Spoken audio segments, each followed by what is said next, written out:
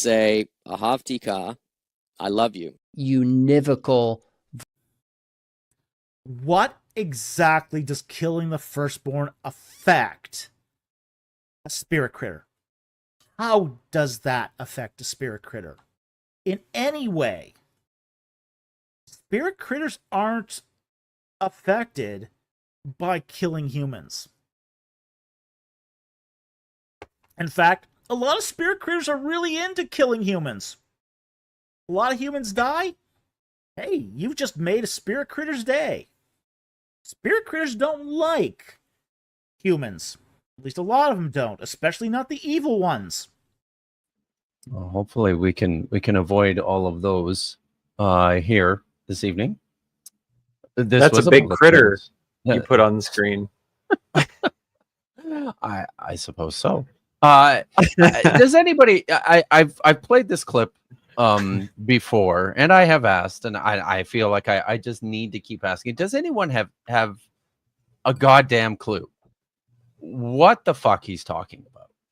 No, but I'm scared the spirit of the angel of death that goes over Egypt to kill the firstborn.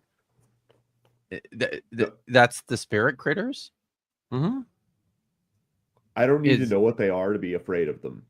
Okay, a spirit, fair, but it wouldn't right? affect the angel of death, right? To just kill babies. Yeah, right. Okay, yeah, that's fair. That's fair. So, but it's just I don't know. Interesting. So, good to see you guys here. Welcome to Budget Scripture Saturday. Hey, John and Lil is here, and Jackie and Koopa. And no, we're not watching another Testify video tonight. That was enough for a little while, I think. Katie Dotson is here. The apostate hour is nigh upon us. No gods, no sin. Go godless and sin no more. Very nice. So the humanity is here. Claude Simeon, it's good to see you. And Hangfa Shi, who's now Shi Hangfa, because of the great what are we calling it? The great reset, the great YouTube reset, when everyone's names reverted to their I know. I'm not talking about that. This is silly stuff, right? That was a great reset too. It was a great reset, but now it's Shihangfa. I'm told it means exactly the same thing, even though the words are in different order. Holly's here. It's good to see you, Tilting Windmill, and cuneiform guy. It's definitely night here, everywhere, isn't it? It's night everywhere right now.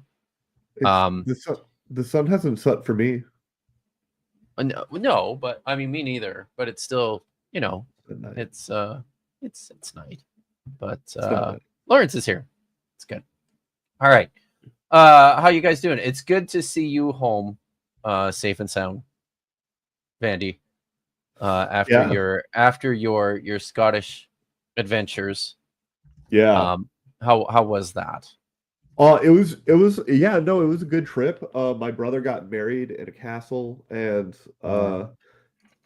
I saw a bunch of other castles because I spent like a week and a half out there, 2 weeks or something, with my mom and my uncle, and it was great.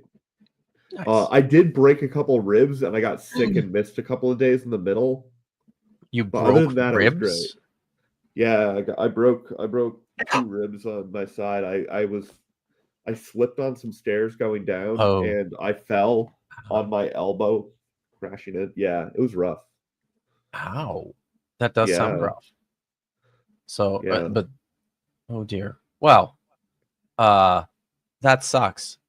But they were broken the last time I saw you last week, so that's true. They were broken yet, though. Yeah. Oh, really? Oh, wow. No, yeah. I don't want Dr. Fracture Weasel, like Dr. Fracture Weasel, to heal yourself. You're like Wolverine, though, right? Yeah, right. You have Yeah. The healing last 2 days in particular have been really good. Like, and today I don't think I've taken any pain medicine. It's the first day in See? a couple weeks that I haven't needed any, and so that's a good sign. So I'm taking it easy. I'm laying off my daily 3-hour gymnastics regimen. Yeah, Yeah. it must be hard with all the weasels in a trench coat. No, The they're like gymnastics regimen. they're like Iron Man nanotech. They're like Yeah. really efficient and they patch things up really good. Wow, it's Yeah. very good. The So, X-ray looks like a bone, but it's really just some of the weasels got really yes, upset. that's it. It's Yes. a very high-tech trench coat. Yeah, people.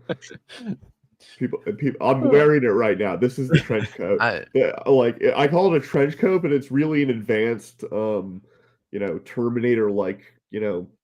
It's an anagram for something by the weasel. Oh, Yeah. well, This now I sounds have like to make that lore. Sounds like a Michael Crichton novel I read once. But cuneiform guy has informed us that if it has dust mites and spiders in it, it qualifies as a spirit critter. So we've got lots of those things here. Oh, look, guys, Tomer's here, and which is wild because it's like super late in or early. It's very, very early in or actually, how early is it, Tomer? I've lost all sense of time, so help me out. Yeah, so I'm still stuck on this. Hold on.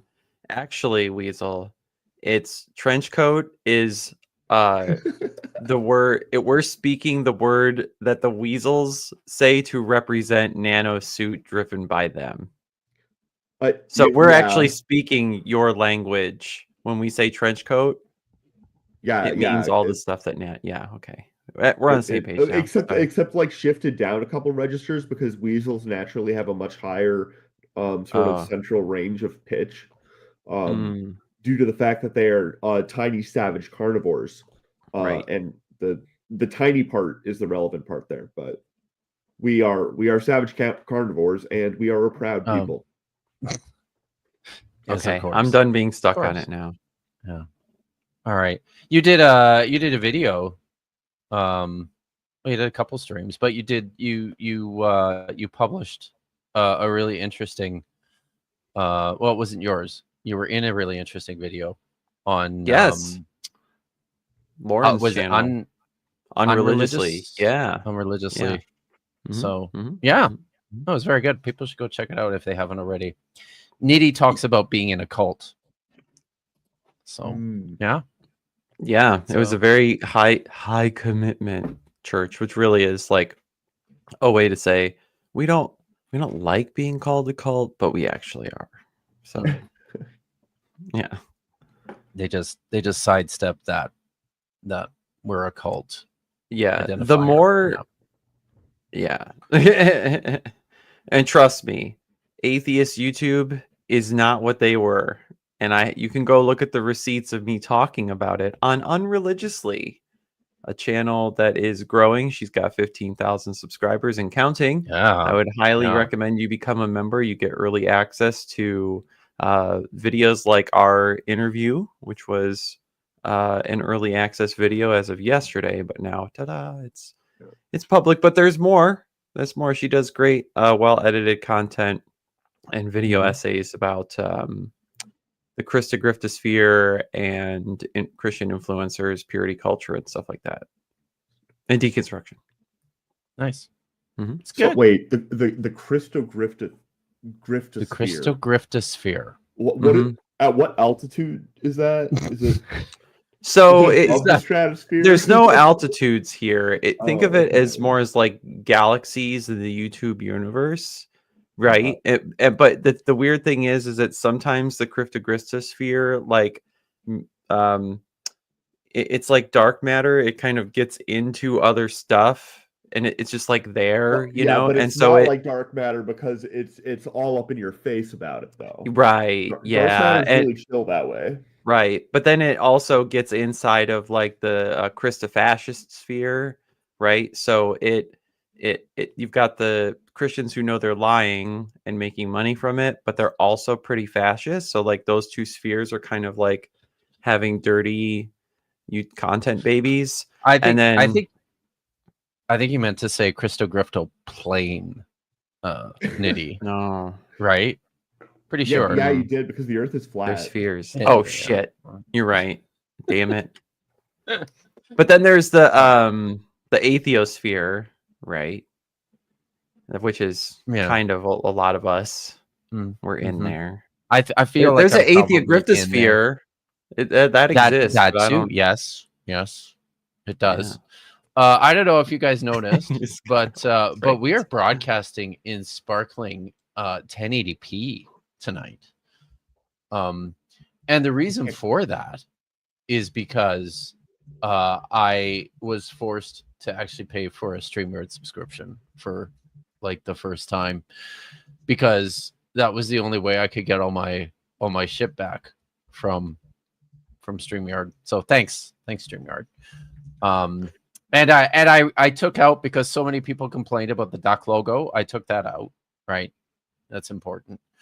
But yeah. Oh, the apologetosphere. I think I've heard you actually say that before. Yeah. Mm-hmm.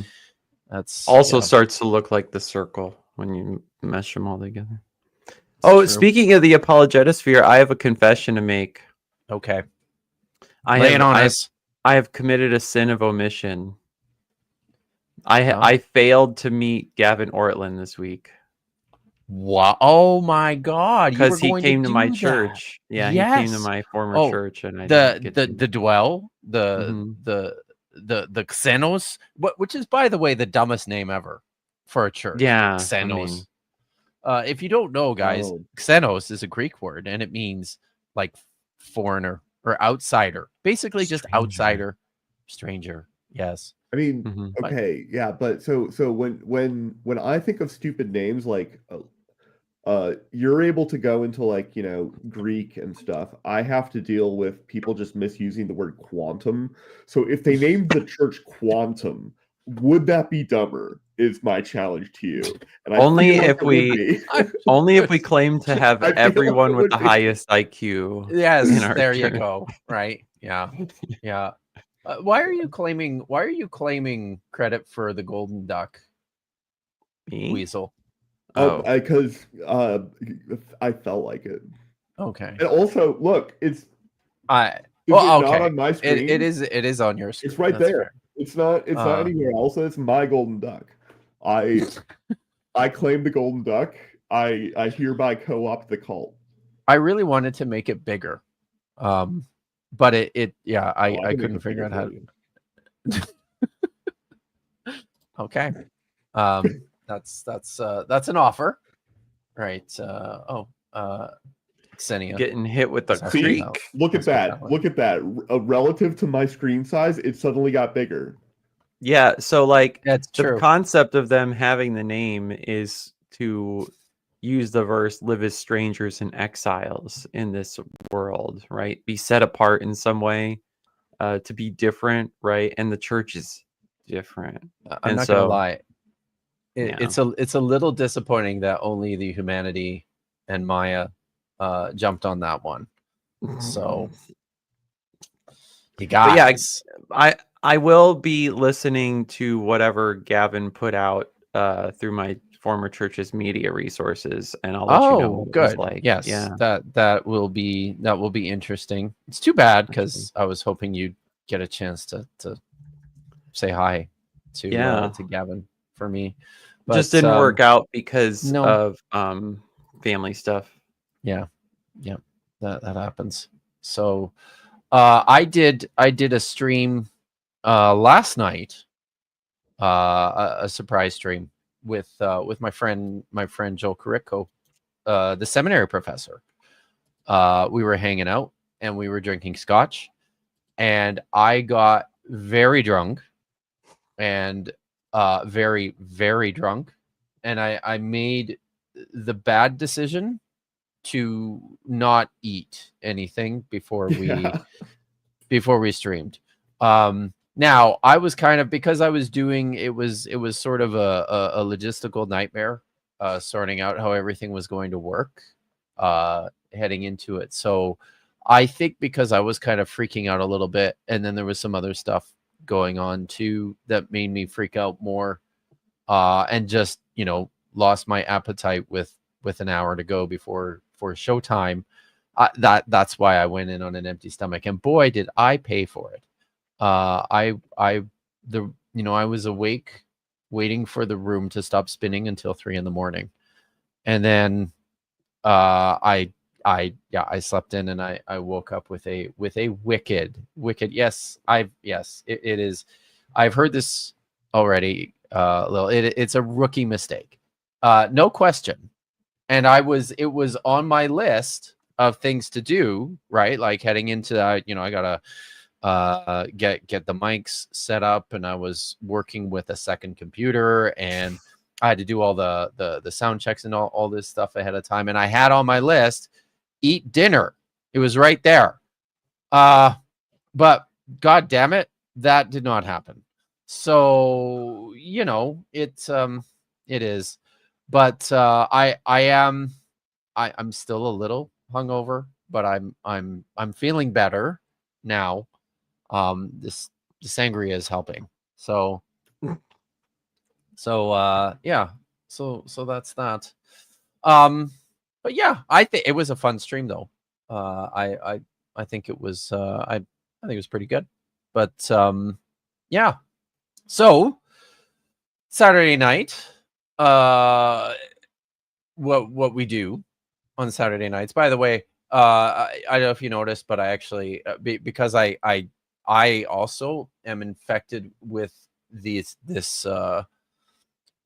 new obsession of just calling everything with the initials BSS. So last night was Bible, Scotch, and Scholars. Oh, that was solid. Yeah. We're considering starting an official franchise, like LLC type deal. Yes, I think so. Yeah, that's important stuff. So yeah, Chuck says Joel was fun. He's a good sport. Always a very good sport. Even though he's and you have to be when you're wrong as often as he is. So it's just part of the territory, right? So right. Sorry, yeah. There are actually super chats already. So I'm sorry about that. There's a couple Give here. us the money. Good news from Lawrence, making progress on my translation and commentary on Matthew. Nice. Currently on chapter 22. Gonna do the translating, then a bunch of special study. Is this in preparation, Lawrence, for Blasphemers Bible, or are you doing this as a project for other means as well? Let me know what you're doing, what's going on. But that's great. 22 chapters of Matthew. Very good. So but thank you for the super chat. And meat permits Tad. Thank you for the $5. Tapioca is weasels in a trench coat. Nydia is comic books in a hoodie. And Kip is oh, God damn it. I am not a boomer, dude. I'm not a boomer, and this is not a kerchief. It's not a kerchief. It's not. It's a fan fucking Dana. But thank you. You didn't deny the boomer part. I did. I said I am not a boomer. He did. Sorry. He pretty clearly denied that. I'm not a boomer. Teasing you. Shots have been fired here. Yeah. Sorry, I meant to say you couldn't deny. I'm teasing though. When my kid was 15 years old, he had a girlfriend who called me a boomer. That was the very first time anybody had called me a boomer. But you're not. I am not. I had to tell her that too. I'm like, boomers are like, if you actually look at how old no shade boomers are, they're on all you boomers out there. They're older than Dr. Kip. So they are. It's true. So no, Tomer, that is just false. We are also a very proud people. Yes. But maybe not as proud as the weasels. All right. So yeah, we should get this show on the road. So what we do here, if you're new here, what we do here on Budget Scripture Saturday is basically just kind of whet our appetite a little bit for Bad Science Sunday, which is tomorrow at 6:30 p.m. Pacific, 9:30 Eastern on my Atkinson's channel, starring Dr. Tapioca Weasel. So he'll be over there. And tomorrow's guest is Ian Chen. Yeah, this is new, right? Yeah, and I'm very much looking forward to it because I don't think I've ever spoken with Ian, but I've seen some of his more famous appearances and choice. Sweet. Well, that's good. So, but in preparation for the show tomorrow, I've just basically ripped off the entire format and the name a little bit and stole Maya's host. So here we are. We're gonna watch a video that probably has crazy shit in it.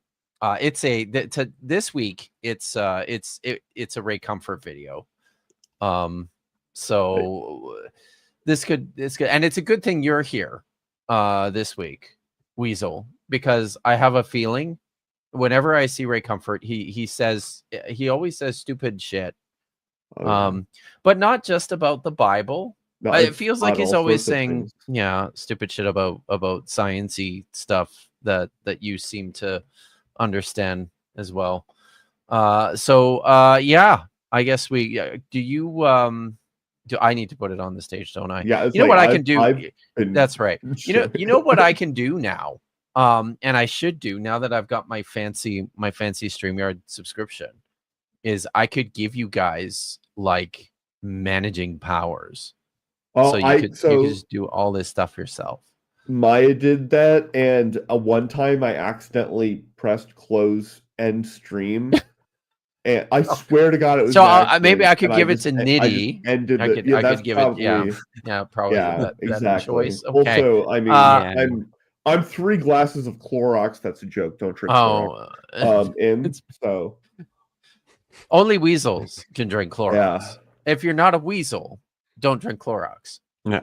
So yeah. All right. So this is a Christian who demolishes the Big Bang Theory in seconds. My God. Living Waters has 1.6 million. 1.64 million. Okay, God, that is 40,000 subscribers. You just tried to pretend don't exist. How could you do this? I don't even have that many. And wow. And the video has 95K views in the last 3 years, which is not great conversion. Probably not. But how many of them were atheists debunking it too, right? Yeah, probably a bunch of those. So he's going to demolish it. So. Yeah, it's gonna be great. I haven't seen this. Is that the Terminator T-1000 behind him? No, I don't think it ever wore that facial hair. Okay, that's a weird image, though. It might be what he thinks of himself as. I can imagine Ray Comfort's self-image being this. That's before he ended his porn career. But look at this. Look at this for a second. I just saw it. I'm looking at Ray Comfort here, and I am getting some very like Temu Hugh Jackson Wolverine kind of vibes from this. Sort of Wolfman action going on here. Yeah, I gotta say, I'm kind of into his hair. It's like, it's just blown outward.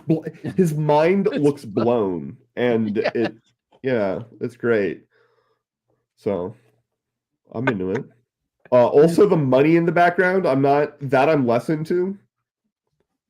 Because it's visually busy and also just like why? Just why?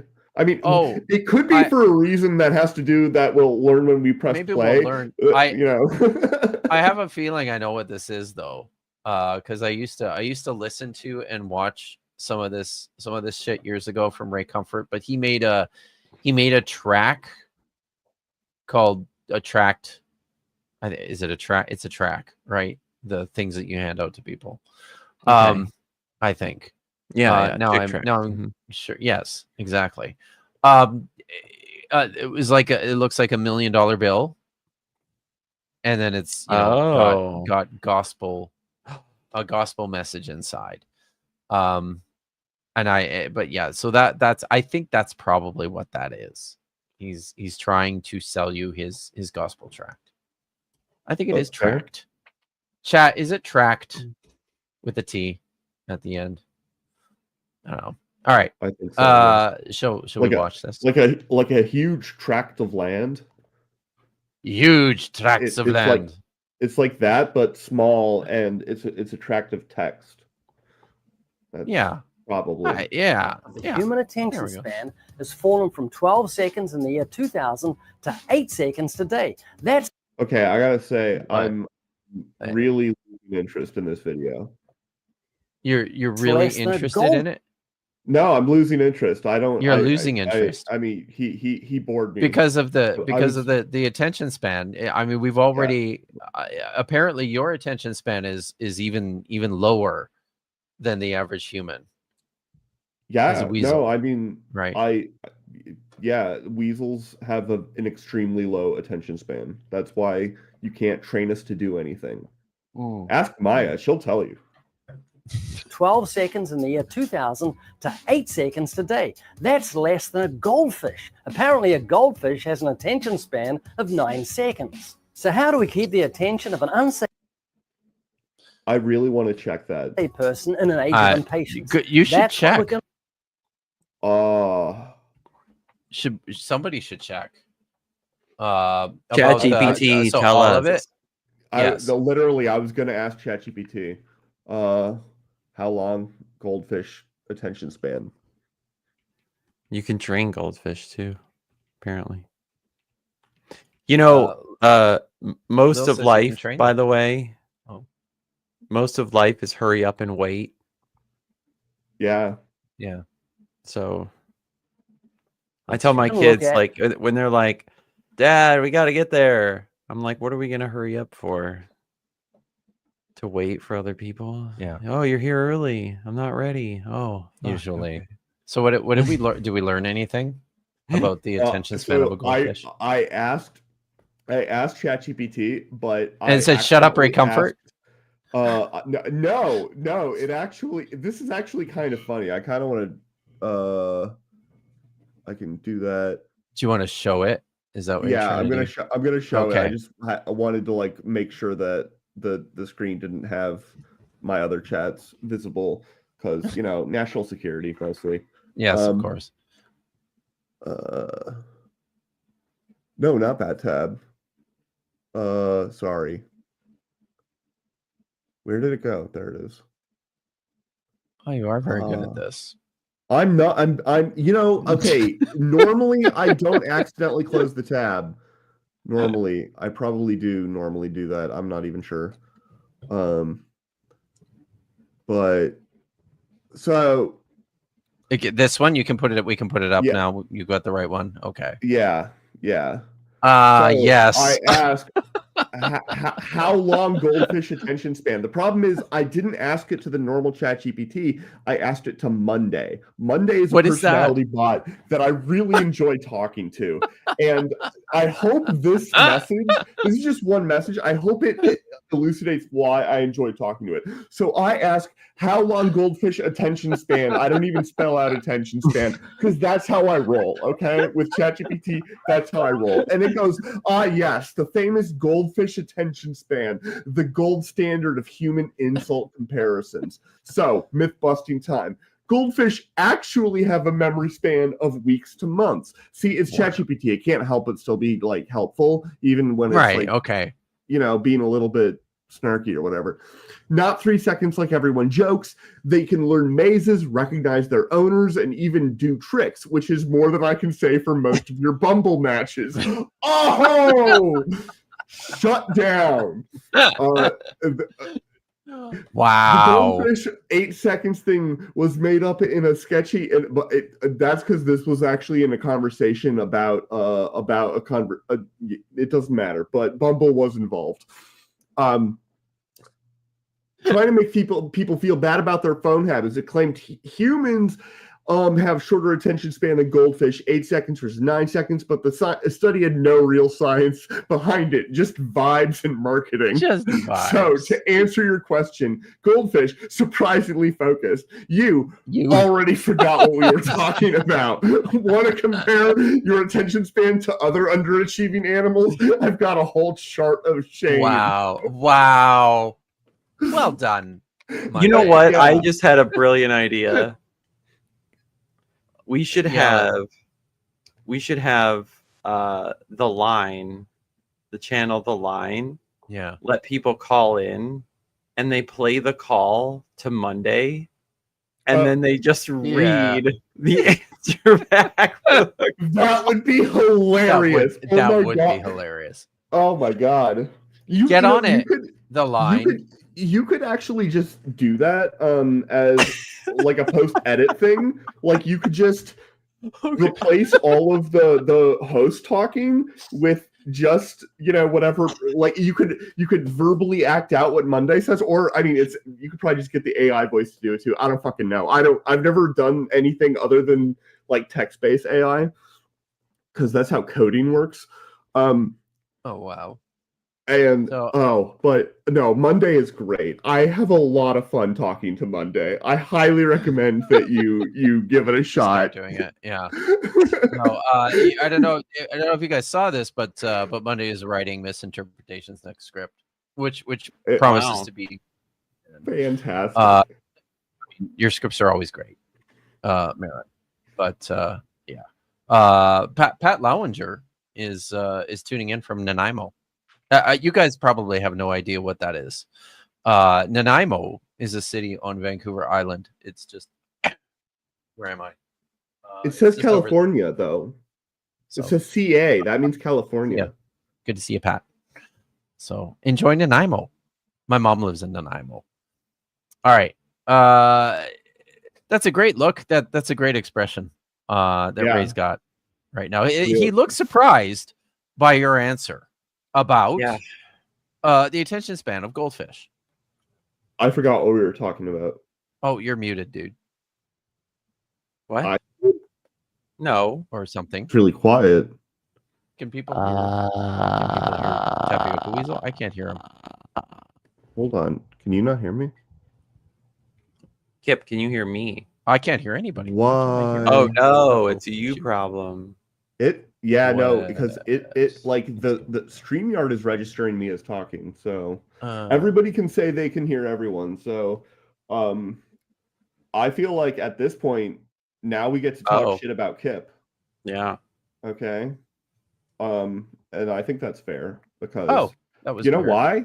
It's because Kip has written no books. That's why we're able to talk shit about him. Damn it. That was nice. I can hear you now.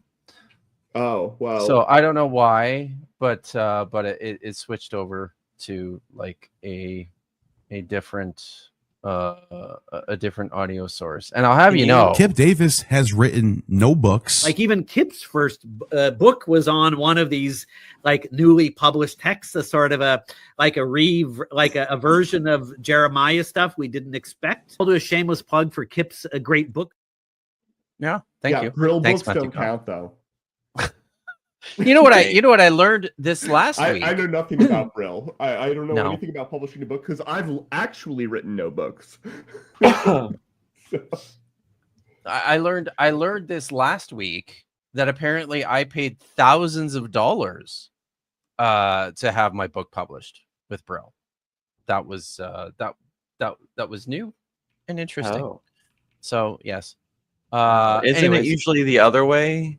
it's usually the other way. They Although kind of I'm, pay you for the content so they can well, make money. pay is pretty Oh. relative here. Oh.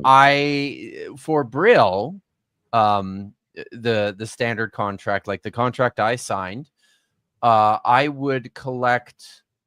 I think my royalty is 2%. They're expensive books though. Like my book sells for, I think it's like $280 or something ridiculous like that. Ooh. But yeah. So but Brill only starts paying out royalties after they have sold 150 copies.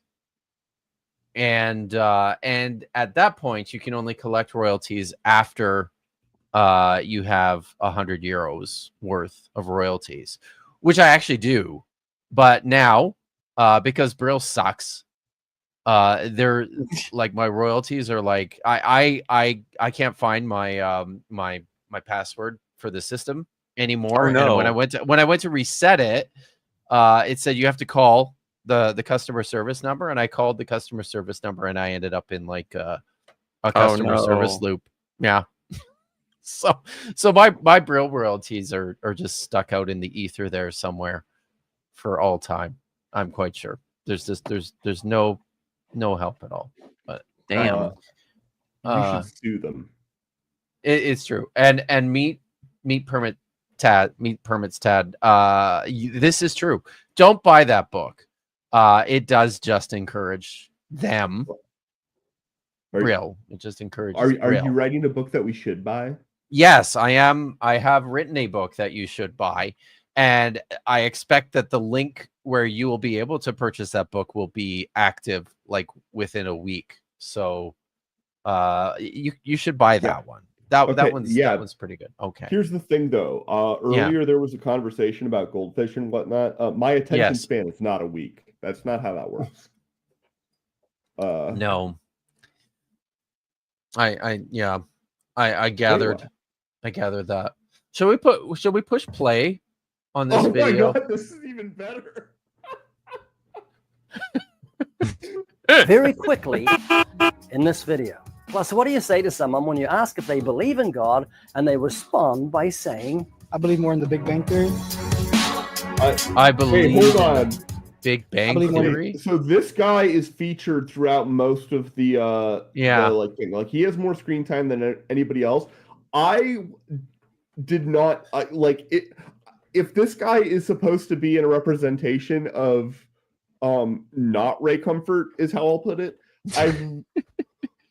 I hope that Ray was not smart enough to find somebody who is just going to like massacre everything. Big Bang So Big Bang stuff. this is one of the things like about, this kind of content, right? It's you have someone either who feigns a lot of knowledge or exudes a lot of confidence or is very knowledgeable, right? And they target or pit themselves against someone who is impressionable or just unknowledge or unskilled at debate and just blow them over to content farm them, right? Yeah. And the content creator has full control of what conversations to include and exclude, right? Because Comfort can just go out there for hours and hours and hours and hours and hours and get his ass whooped, right? By people who know a single thing. But then right. Or he could get his ass whooped all day long. But then he could also just pay a kid with dyed hair to show up and also read a script. He could have done that, right? Yeah, right. And when that response is riding a dog into the battle. But with the response is, I believe more in the Big Bang, that sounds so contrived. Right? Right. Yeah. It certainly doesn't sound like an answer on its own to that question. But if you ask 1,000 people that question, you're gonna get some answers like Yeah. that. Not a lot, but you're gonna get 5 answers that poorly phrased, at least. That's half Right. the time. It's Yeah. you know, like It's if you true. look at just the things I say, how many of the okay, I'm a bad example because I'm up there in like the majority territory, but if you ask the average person how many things that they say, if you just look at all of them, how many of them are really, really stupid? Again, me personally, bad example because yeah.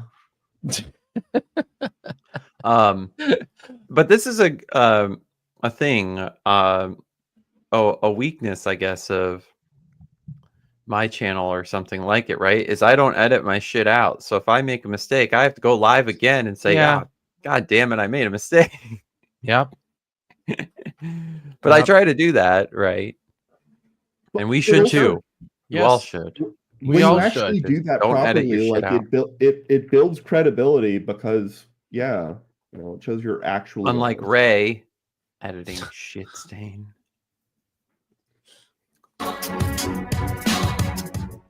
I believe more in the Big Bang Theory. Big bangs don't produce order; they produce chaos. I've never heard an explosion. No. Wait, that's no, too- you don't know That's that. not what It's it put it is, up a though. little I don't bit, think is it's it. too much. Yeah. Okay. Bangs don't produce order; they produce chaos. I've never heard an No, explosion. that's not true. Isn't it, creating- Tap? Like, couldn't there be like a reaction that will have a set of results or yield, right? There's like an expected way that the model will behave, right? And it Yes, you're right. So it depends on what you mean by explosion.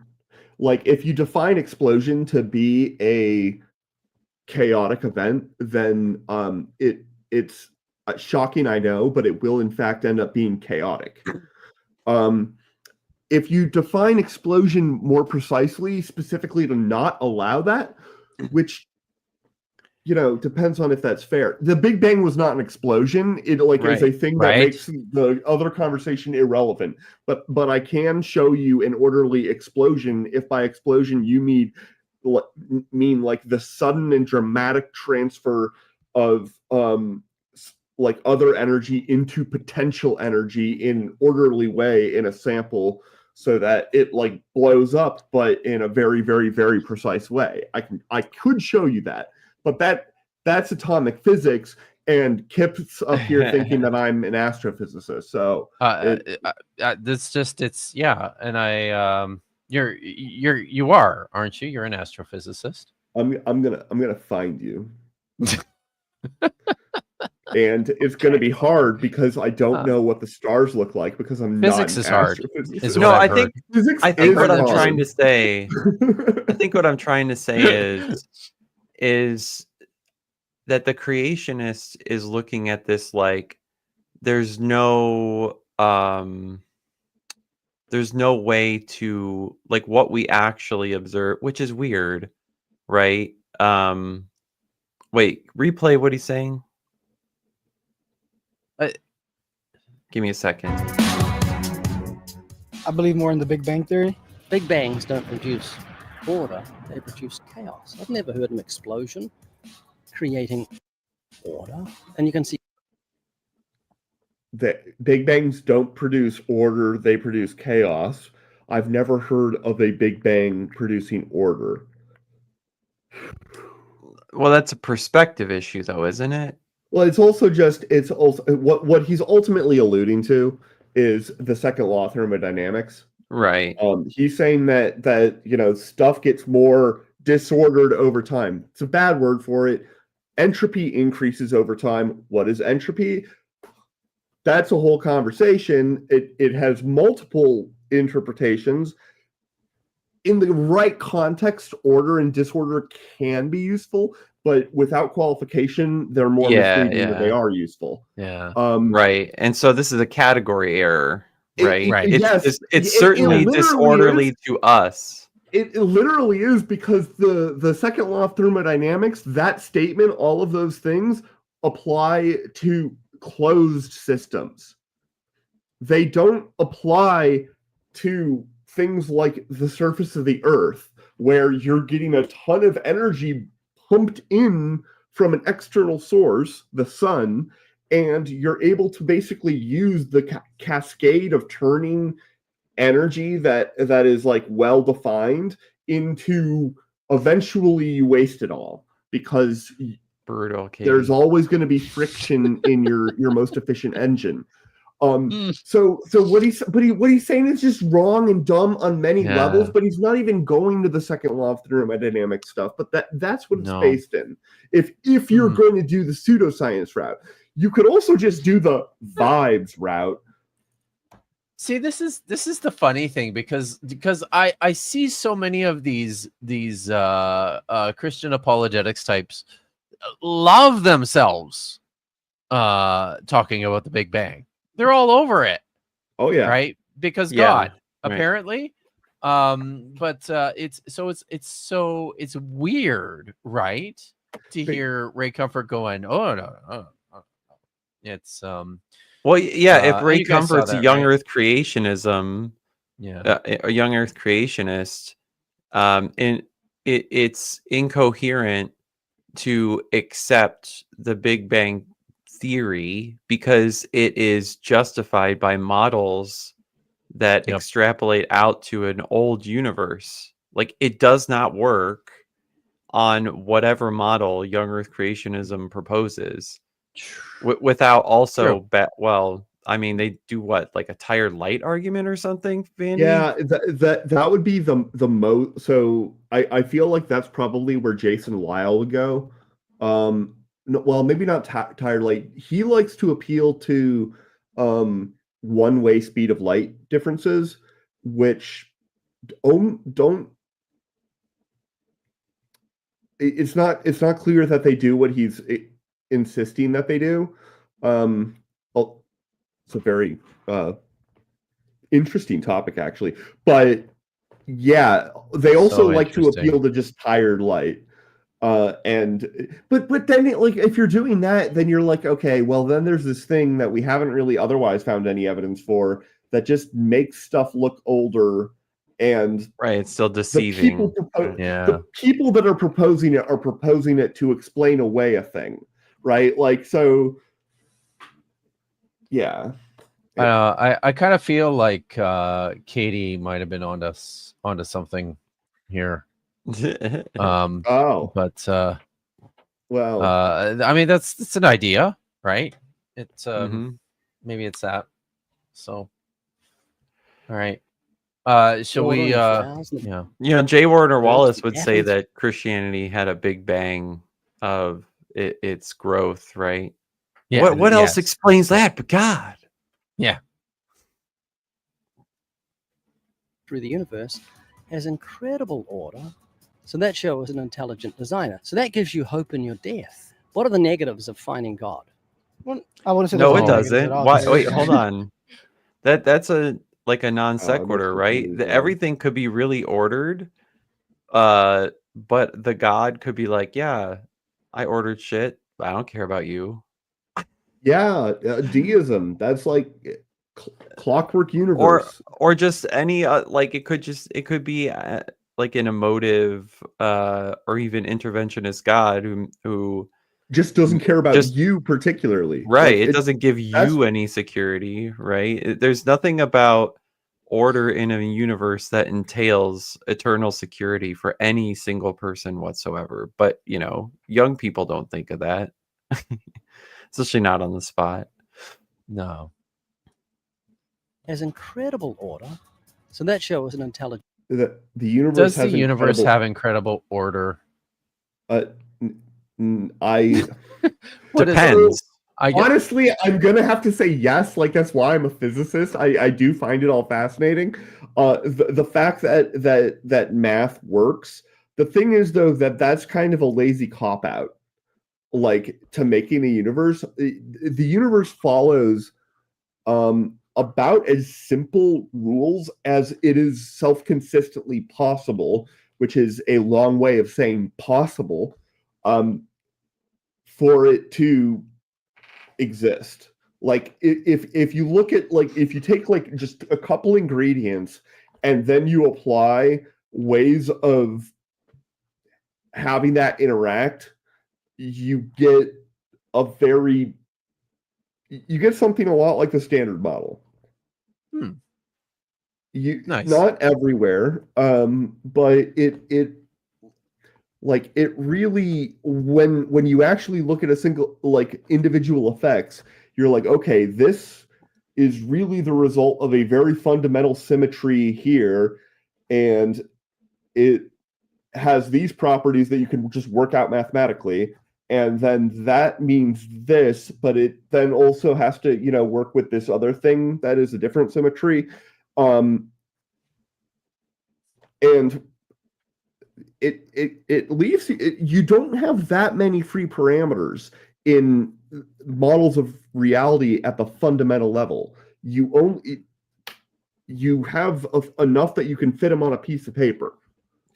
It's not this infinitely weird list. It actually is extremely reductive at those small levels. Wow. Design. Thank you for coming to my TED Talk. Sorry. So that gives you So, hope in Kip, your death. here's Yes, a sir. question, Uh-huh. or maybe a valid observation. The Hebrew Yeah. Bible Mm-hmm. doesn't claim that God made everything perfectly orderly.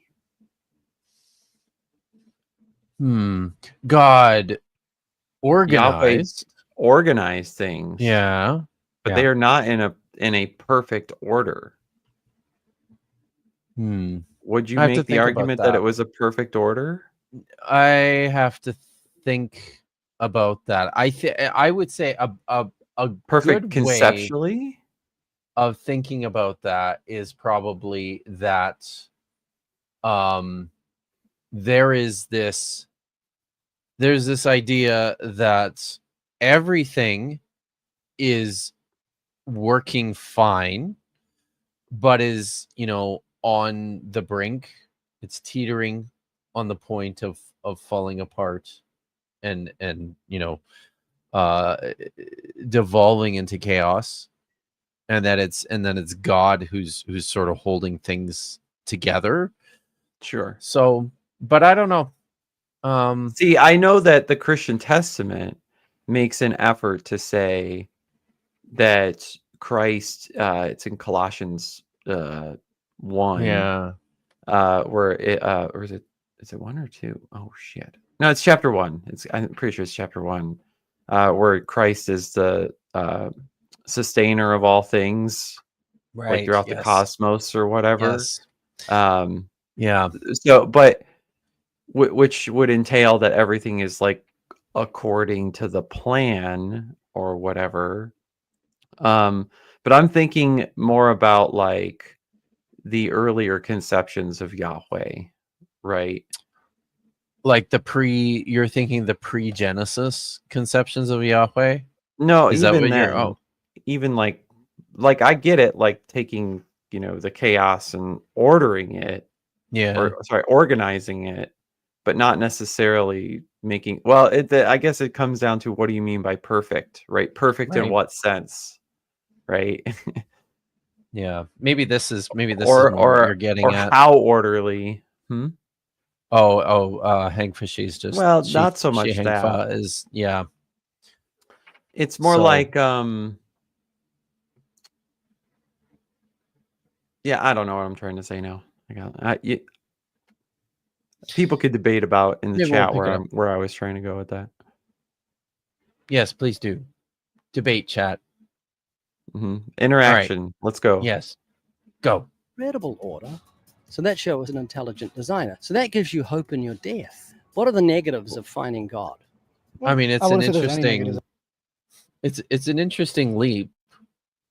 Order gives you hope for after death somehow. I don't know how he gets there. If the order I observe is that everything dies and decomposes, I'm not sure exactly Probably not.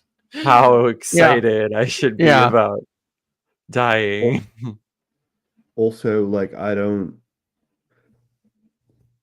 don't find this existential terror that they seem to assume would be a given if you didn't believe in the afterlife. It's just not a thing that I experience, I guess. Yeah.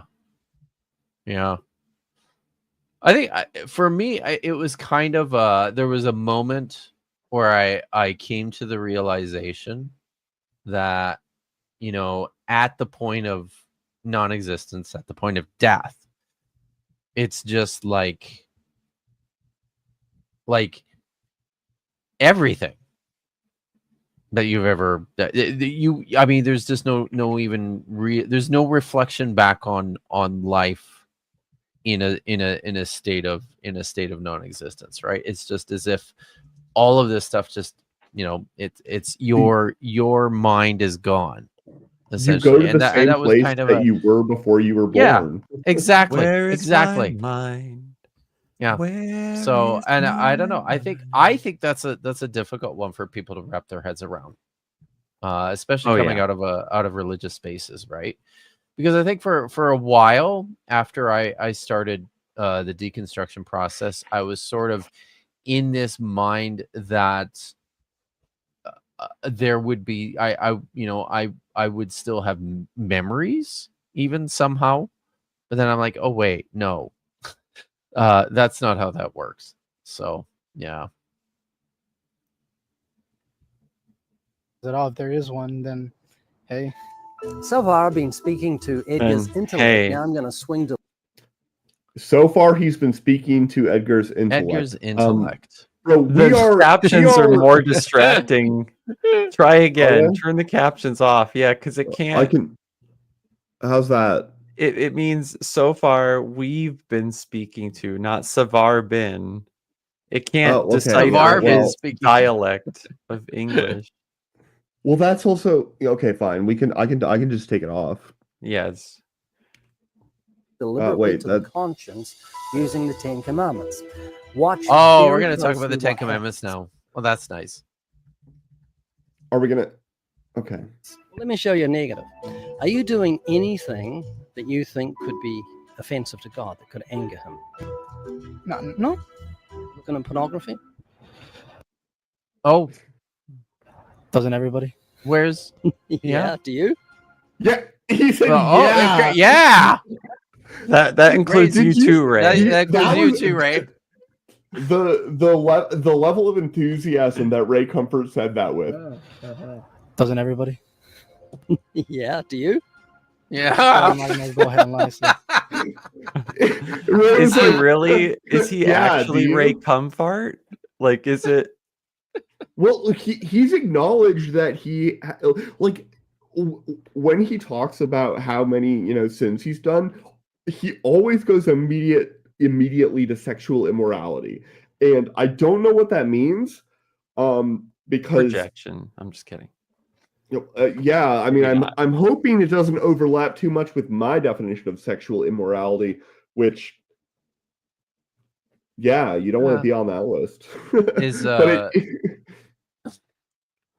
you don't. That's Look, not a TOS friendly misinterpretations. topic. Misinterpretations. I got something to say about this. You know Why how is he asking people a like young to man about say this? what enjoying people like to say that Yahweh is obsessed with people's genitalia, right? My favorite observation is that yes, it's true, and it's been a normalized behavior to Yahweh's adherents to also be obsessed with genitalia, right? He's pretty obsessed. And so, yeah. my favorite observation that I made about the New Testament is that was another one. Yippee Skippy says that they miss stuff without the captions. So I think maybe we just leave them on. You could do a and poll. I can make them smaller. You'll have to They don't have manage. to be that big. well, anyway, and Yeah. Chuck also brings up a good point here too, I'm not done talking. which we should probably unpack a little bit as we go through this. Well, yeah, but which Nitty's not done Ten talking. Commandments? There's more. There's like Jesus, why do you keep doing that? Let So me there. finish. Sorry, I kept talking because my Now I'm starting to wonder if my Bluetooth headphones are actually still on, because they keep capturing the sound. So let me go check. You talk. That Anyway, God, now everyone was edging for what I had to say next. Jesus. Anyway, he really snipped the tip off this conversation, and now I've got to regrow it. Anyway, so here's what we're doing. We're talking about obsession with dicks. So when you read As we do on this Paul's show. missionary journey, right? Mm-hmm. He's thinking to himself, nah, I haven't been going around circumcising people, but I did need to do it to Timothy. And why? Why? Because someone is checking, right? Why would you have to make a big deal about circumcising so-and-so and so-and-so or so-and-so if nobody was checking? But somebody has to be checking, right? yeah. The community would know, hey, wait a minute. That guy looks like a Gentile. Can you kind of, can you clear up? We really think that he doesn't belong here. And Paul just goes, whoa, wait till you see this, guys. Look, he belongs. Like, he can wink just like the rest of us. Wait, so at what level of frequency do you think that people actually had their dicks checked for circumcision? You know, that's a good question. And I kind of think that they just went on the honor system. Yeah, I don't think they actually. I think they probably should have checked. I mean, if they were really that serious about it, but like, what if you get in trouble though? Like, did the Hebrews start bathroom bills? I'm just saying that, like, in modern day society, if you get in trouble, then suddenly the authorities are able to, like, really invade your privacy in ways that would definitely be enough to show that. So is it really that implausible that the same thing would have happened, 3,000 years ago? I don't know. I'm pulling the number out of my butt. Probably not quite that many, but yeah. Yeah, I don't know. Sorry, I was only half paying attention. I'm trying. I'm terrible at doing this, watching the chat and listening at the same time. So yeah, my strategy is to just assume that everything is about me and that I don't need to look at the chat. Okay. Well, that's one way to do it. I mean yeah, it's a bad Maya usually does that for you too, though. So oh yeah, well, no, Maya puts me in my place. Every once in a while. You're having sex before marriage? Yeah. That face you is lied and stolen. Listen to the wait. I think that he definitely was looking at the porn. He wanted to answer yes to that question, but then he falls into the trap of just now lying. So, So wait, there was. He dyes his hair. The guy has no morals. But the questions were, do you look at porn? And the second one was have you had sex outside of marriage? Sex before marriage. And then lying. Oh no, the second one was lying. Right? The third one's lying. And the third one the second one was having sex before marriage. Oh, okay. And he stalls out. Like, yeah. Yeah, because listen to the way they asked. Lie, so I mean every once in a while. You're having sex before marriage? Yeah. He's like, you having sex before marriage? Well, let's explore this side of your sexuality, please, so that I can comfort you and edit it probably dishonestly for YouTube. You lied and you never know what Ray has actually said because he's not on camera. You can't see his lips. Like this guy. I mean, I haven't been paying close enough attention to see if it's maybe a bad lip reading job. But you can be like, okay, yeah, he's on video saying it, and he said it. But the humanity raises. Wait a point minute. here. Wait a minute. Hmm. Yeah. No, go on. No sex before marriage in the Ten Commandments. And I think I'm just pulling it up now. I think as we go through this, we should probably look at the most common version of the Ten Commandments, which appears in Exodus 20. And there are three recountings of the Ten Commandments. There's Exodus 20, and then again in Deuteronomy chapter 5, and then again. Oh, I'm gonna get that one wrong. It's later in Deuteronomy, but there's actually three different recitations of the Ten Commandments, and they're all a little different. But so I've got this on the ready here to talk about when needed, because we should probably actually look and see what's in there. yeah, fair. Anarchic Live Fox or not, says, yeah. Have you used? Oh, sorry. well, yeah, let's wait. Let's hold that comment for when we actually talk about the commandments themselves. Okay. God's But name in also, vain? it's worth noting here that the title of the video is Christian Demolishes Big Bang Theory With the in 10 seconds. Commandments. So I did that already. We Order. are a minute in, and the Big Bang Theory has not been demolished. No. And Didn't you we're hear him? talking He about said order. It just it demolishes the Big Bang, right? Because it's order, no chaos, just order. Bangs are chaos. it hurts. Bang, bang. Yes, It hurts. chaos. Well, I know. How do you think I feel?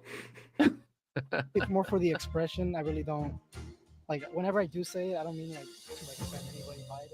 Romans 3 verse 19 says, "Now we know that whatsoever things the law says, it says to them who are under the law, that every mouth may be stopped and the whole world become guilty before God." It's using it Okay. as a cuss word. You want to Oh, so now he's talking about this is his whole thing about swearing, isn't it? Yeah. says to Wait, them wait, who go are back. under the law, Yeah, go back a second. that every mouth may be More? stopped and the whole world Yeah, go back a little become more. guilty. Now, Well, more for the expression. I really don't. Oh, God's Whenever name I in do say it, I vain. don't mean Okay. like to offend anybody by it. Romans Okay. 3 verse I 19 went too far. says, "Now we know." Do we know what God's name is, everyone? Is it Frank? It's not. It's Maya. not. Is it Maya? Oh. That's the goddess, not All right. Yes. not the god. So, and I have contended with people quite a bit and made the point that nobody takes God's name in vain, because it's fucking Yahweh, right? Right. And you don't hear people running around just dropping. You say dropping no the way, name. I say Yahweh. So So yeah, this is not cussing. It's not Right. saying Well, you cussing. aren't there examples of like prominent figures in the Hebrew Bible that cuss and it's not a problem? sure. There's Like- a like- lot of I feel like we can't hold ourselves to the standards of like major figures in the Bible, because that is it's not a great bar, right? Listen, there are texts in the Bible that you could understand as even using the name Yahweh in an explicative sense. There are places in some of the prophets, and in particular in the Psalms, where the name just stands on its own. Yahweh, followed by, some expression of anger, right? Like David, it could be like or Yahweh, why anger, the or are you letting this happen? so, or You just know? or just super expressive thankfulness too, right? It can go in either God direction, but damn, it's yeah. there's ways that usually you'll see this in your English translations where it'll say like, "Oh Lord." In the Hebrew text, it just says Yahweh as as basically an expletive, right? And so I. Well, I was That's not. thinking. No, you were thinking what? I was thinking like Elijah. He's like, "Hey, is your God off taking a shit?" Oh yeah, there's lots of Right? that kind of stuff. Well, that's what There's I mean. there's Like, lots there's of that dirty kind of words. yeah, Yeah. exactly. Yeah. As I think Which I think Ray is more against than the probably. Both. I believe it's both Isaiah and Ezekiel refer to other gods, deities who are not Yahweh, as literally shit gods. is the technical term that they use, right? I mean, they're not shy about speaking lewdly, forcefully, directly, and using language to that effect. So is that why? Wait. Is that why there's that one time that I think it's Ezekiel has to eat shit cakes? He does have to do that, but Is it because they attribute the other gods with shit, or is it? Sorry, I'm just totally working Can we this get more off detail on the loose contents of the memory. shit cakes? We'd have to go over to the passage. You should punch that into Monday. Yeah, where does Ezekiel eat shit in the Bible? Oh, do it. I'll do it. You need to do it. But so what does it mean to take Yahweh's name in vain? I actually let me just pull this up. 10 words. I'm just pulling this up from, why isn't it coming up? Oh, shoot.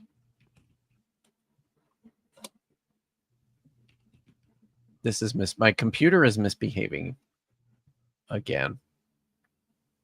Maybe if I close this and reopen it. No, it was about it's basically just about the people having to go to extreme measures in exile and being judged for it. Yes. But anyway. There but you I'm go, guys. Okay.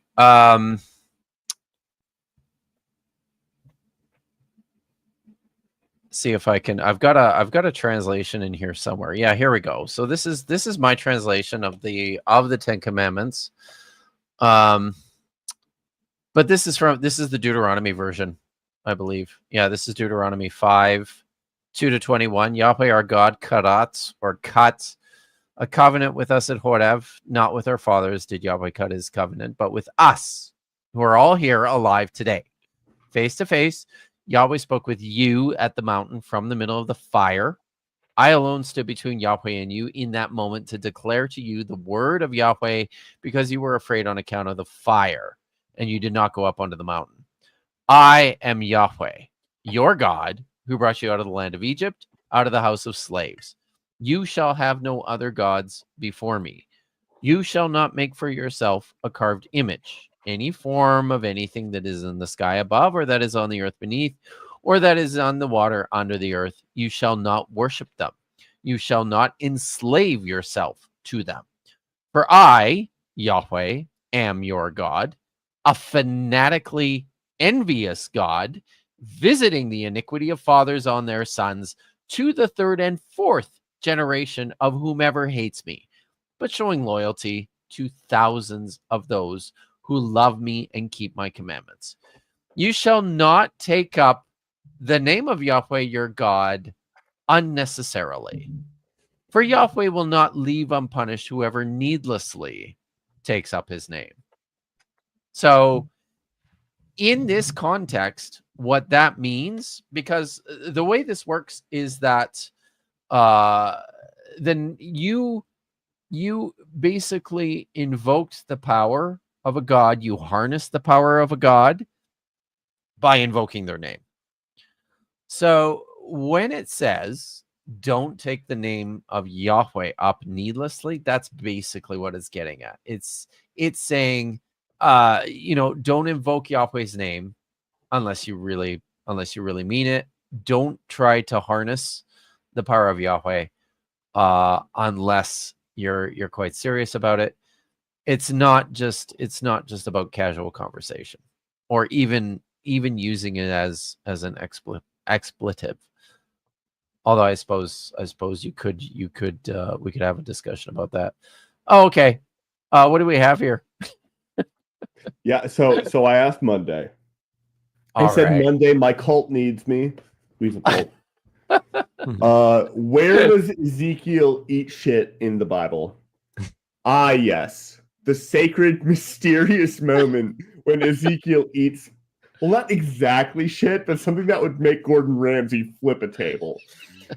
In Ezekiel 4:12 through 15, the prophet is told by God that he has to bake bread over human dung. Why? Because performance art wasn't invented yet, and prophets had to get creative to make a point. You shall eat it as barley cakes, baking it in their sight on human dung. Ezekiel 4:12.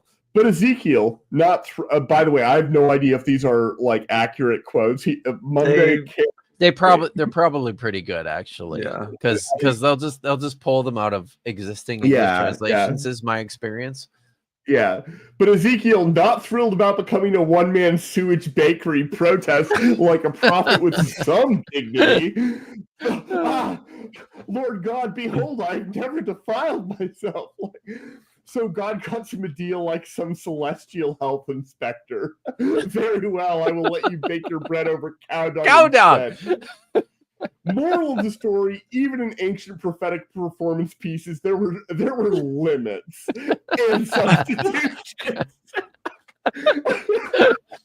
So no, Ezekiel doesn't eat poop. He just makes poop adjacent bread. Hope your cult appreciates this lore nugget. Don't forget to add cow dung concessions to your next fun meal. You absolute legend, Monday. Oh my God, this is brilliant. It's great. Yes. It's so much fun. Can you pull it back up for a second? Yeah. Because I want to point this out here where it says, Lord God. This is exactly what I'm talking about, right? Yeah, exactly. This is an expletive. Exactly. Jesus Christ. Jesus, curse it. Good Lord. So joke. I've never done. So it's literally, Jesus Christ, holy God, shit. I wouldn't eat shit. Yeah. Okay, now that's totally it. What, cow? Yeah. All right, fine. I'll never say how now, brown cow the same. You don't have to tell the people that it's cow shit, though. Let them think it's yours. If he didn't want people to know it was cow shit, he or any type of shit, he shouldn't have written it in the most read book in Western civilization. Maybe not. It's not a great strategy. The couple things before we move on. G Thevenin for $4.99 asks, Hellenized Jews / Polish Gentiles hang at the baths or the gymnasium to integrate. Maybe that's where the truth would pop out. I think he's talking about the circumcision checks. So is that it? Is it Paul secretly checking everyone out at the gymnasium? Maybe. I could believe it. Yeah. Oh, and by the way, Misinterpretations has become a member of my channel. Thank you very much. She, by the way, Misinterpretations dropped a really good conversation. I thought it was a very, very nice conversation that we had, all about feminist theology and Genesis chapter 2 and 3. Last week, I think, Marin, and she's been dropping some pretty good shorts from it too. So go check out Misinterpretations, everyone. All right. Know that whatsoever things the law says, it says to them who are under the law, that every mouth may be stopped and the whole world become guilty before God. It's using it as a cuss word. You want to express disgust. Hit your thumb and use a filth word or God's name. Would you use your God's mother's name as a cuss word? No. Right? You're not using God's name. I never hit my thumb with a hammer and go, Yahweh. Damn it. Does anybody here do that? I'm also, though, not trying to use the divine name to rectify the situation or, you know. I feel like if you're over a bad connection and the noise and whatnot is just right, saying owie could get transformed into Yahweh. Oh, okay? yes. I'm great at steel manning my opponent's positions. Okay? But even there, as I pointed out, I don't think that would qualify. I think you're probably fine doing that. Shut the fuck up, Ray. You don't know what you're doing. Yeah.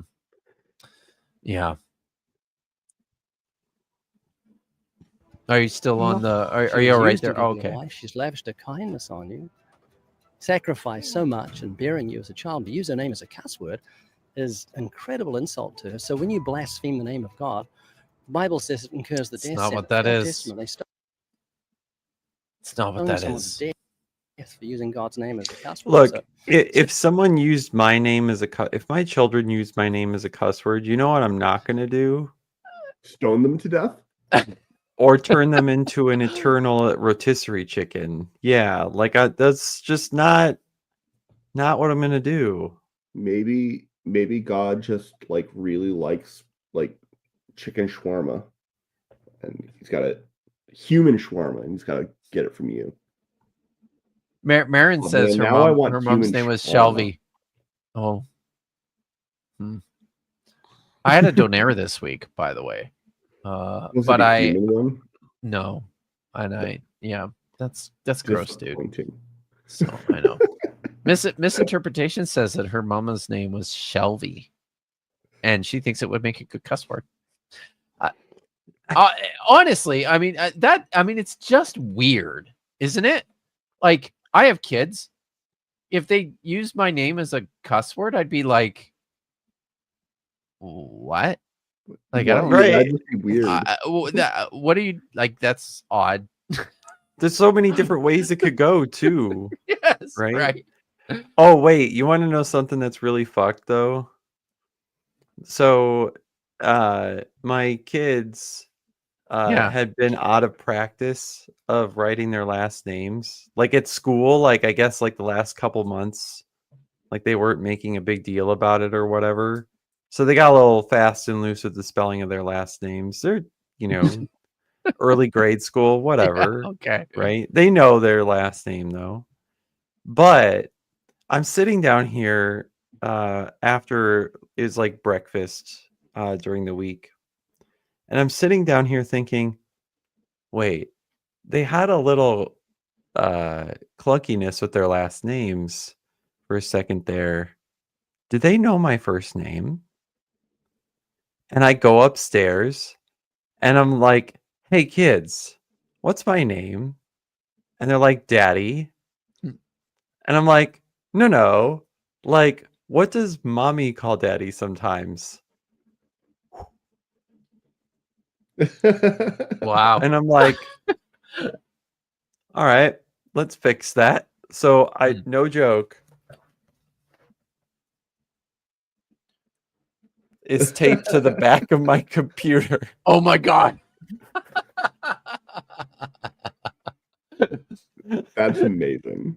That really is. Now, Well- they have heard my mother, their grandmother say my Yeah. name, Yeah. but they just identify me with daddy so much that they It just don't, it doesn't even doesn't register, cross right? it doesn't Yeah. register. It's like, your teacher, Miss Jenkins, right, has like a name like Stephanie or something, right? Yeah. Oh, I know Maya, and I've made a big conniption fit about it around the house, and the kids are practicing our names every day, several times a day now, for their safety, because our world is fucked. Yeah. But yeah, there you go. And I have so my last name is also different than my wife and kids. If you didn't know that. Oh. Yeah. So they actually do need to know my last name too, because it is different than theirs, and it's not because of like remarriage or anything. We're just lazy.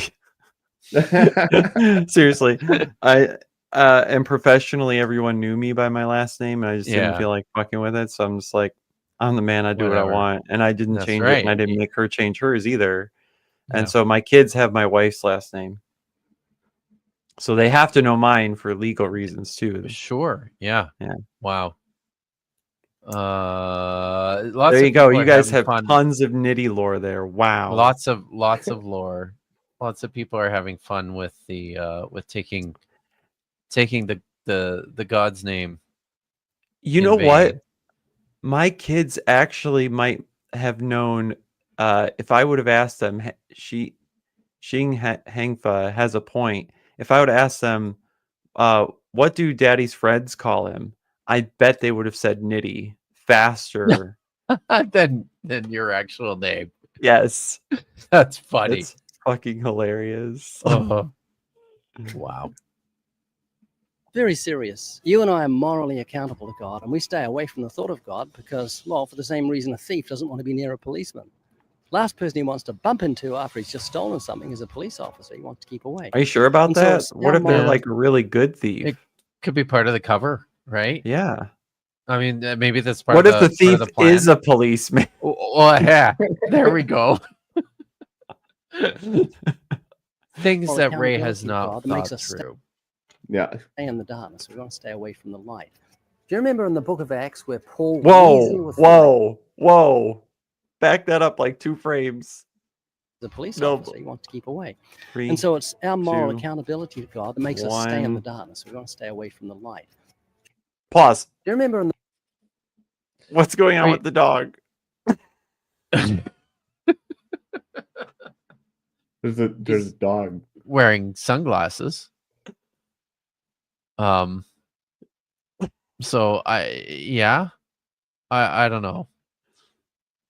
I don't know what's happening there. It's very strange, isn't it? This whole thing is very strange.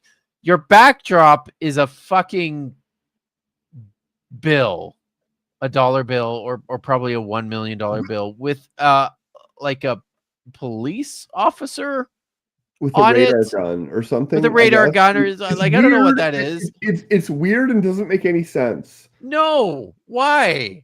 And you're there with your little dog wearing red sunglasses. Well, like, what is going on here? Is the dog new? He brought the dog in on his little scooter His moped earlier. Yeah. at the beginning somewhere. So the dog is a prop. Because the dog's not in that frame earlier. So as someone who features his dog in videos from time to time, my dog is not a prop. Does your dog wear sunglasses though? No, he doesn't. Yeah, so and if and when your dog wears sunglasses, like temporarily, isn't the dog a little bit prop-ish? Like, yeah, right. Yeah. in the book of Acts where Paul reasoned with Felix about righteousness, temperance, and judgment to come, and Felix trembled? Someone once said, law without consequence is nothing but good advice. In other words, the Ten commandments are good advice. Shall not lie, shall not steal, shall not. Are they? etc. Wait, what? You shall not Did you lie. say- You shall not steal. What was the other one? Did he The Ten mention? Commandments are good advice. Shall not lie, shall not steal, shall not commit adultery, etc. Shall not lie, et shall cetera. not steal, shall not commit adultery. That's 3, Ray. That's not 10. Yeah, well, There's 10. And I mean we can talk about the commandment about lying. Because it's not that. It's literally, let me I'll bring up my translation again here. Observe the Sabbath day. So this is, we've got excuse me, you shall not have any other gods. You shall not make any carved images, and enslave yourself to them, because Yahweh is fanatically envious. You shall not take up the name of Yahweh your God unnecessarily. Number 4 is observe the Sabbath and keep it holy, just as Yahweh your God commanded you. 6 days you shall work and perform all your labor, but on the 7th day, that belongs to Yahweh your God. Do not do any labor, you, your son, your daughter, your male and female slave, your ox, your donkey, any of your livestock, or the stranger who is within your gates. That your male and female slave, again, rest as you do. You should remember that you were a slave in the land of Egypt, and Yahweh your God brought you out from there with a strong hand and an outstretched arm. Because of this, Yahweh your God commanded you to set into practice the Sabbath day. Number 5, honor your father and mother, just as Yahweh your God commanded you, that your days will be long, so that it will go well with you on the land that Yahweh your God is giving you. You shall not murder, you shall not commit adultery, you shall not steal, you shall not answer your friend falsely, you shall not pine after your friend's woman. Moreover, you shall not pine after your friend's house, his field, his male or female slave, his ox, his donkey, or anything else that belongs to your friend. These words Yahweh has spoken to your assembly at the mountain from in the middle of the fire, the cloud, and the thick darkness. There was a great voice. He added nothing. He wrote them on 2 tablets. This is Moses. Added nothing. He wrote them on 2 tablets of stone and gave them, or God wrote them on 2 tablets of stone and gave them to me. Moses says. So Ray's got 3, right? Murder. You shall not murder. You shall not commit adultery. You shall not steal. But he's just completely ignored all this other stuff about, carved images and gods before Yahweh and the Sabbath day and making sure that your slaves aren't working. Right. And, the rest or on the your 7th day animals. thing, it's like, well, is it just, I don't think making it a provision for just one day is good advice. I think the better advice would be make the best use of your time and rest every day. Right? Yeah, that's good. Yeah. What about like rest like a quarter of the day in observance of me every day? Right? Like God could have been set it up that way. Well, why not? Why is it one particular day? And you could piecemeal the thing. Heck, you could get more devotion out of people throughout a week by designating whole parts of each day rather than one day. But I guess people are more apt to fail that way. I don't know. Probably. So, and then you got to stone them.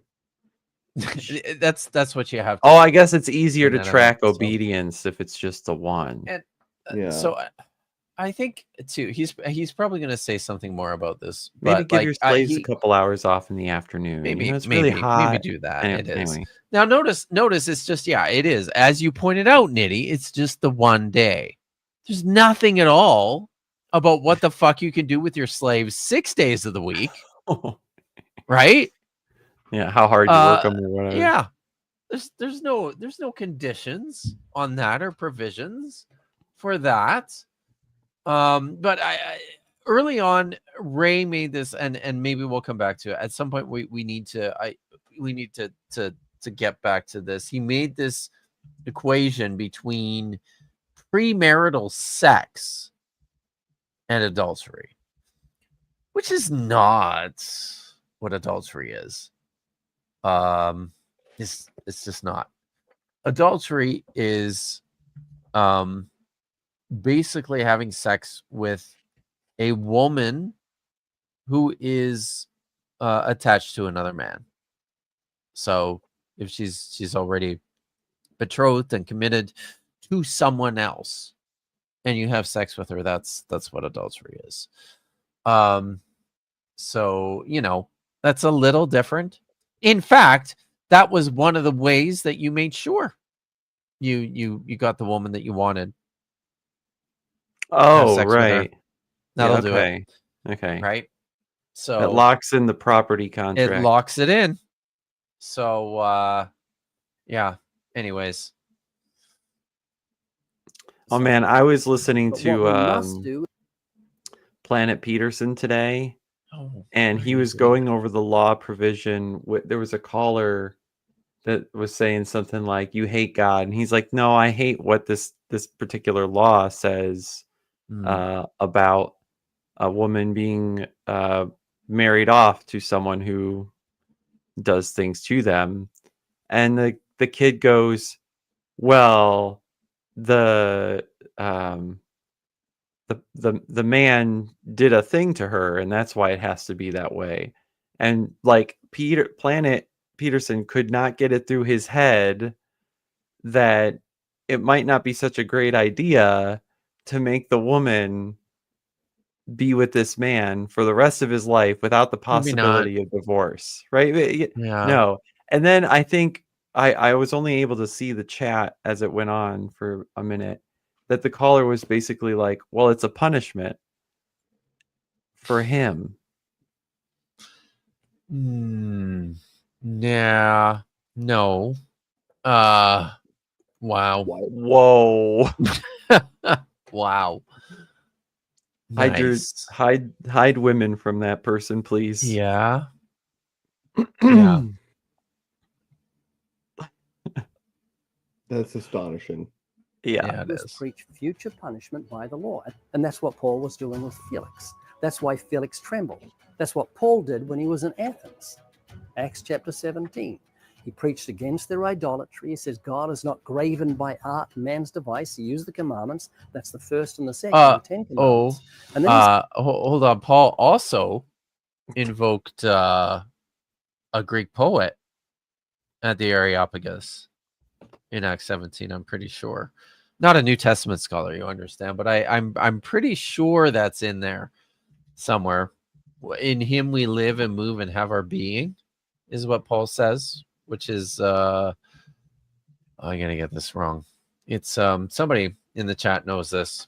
It's one of the Greek writers. Joel says, "Yup." I assume he's talking to me. But and yes, Katie, I also think Paul was a bit of an incel. Wait, he said Paul was an atheist? How did I miss that part? Who said Paul was an atheist? Ray, go back. Wait, what? Felix. That's why Felix trembled. That's what Paul did when he was in Athens.